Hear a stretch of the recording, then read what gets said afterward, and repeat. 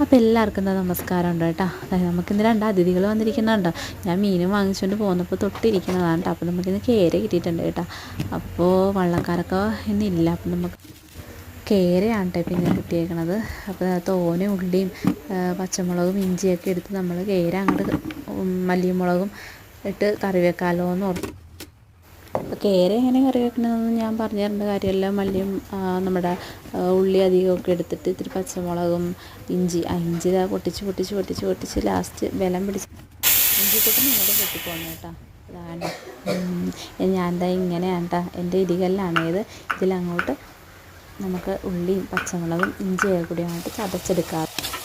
അപ്പോൾ ഉള്ളിയൊക്കെ ഇട്ട് വഴറ്റി നല്ലോണം വഴറ്റണം കേട്ടോ. അല്ലെങ്കിൽ ഉള്ളിയുടെ മധുരം കറിയിലുണ്ടാവും. മീൻ കറിക്ക് മധുരം വേണ്ടല്ലോ നമുക്ക്.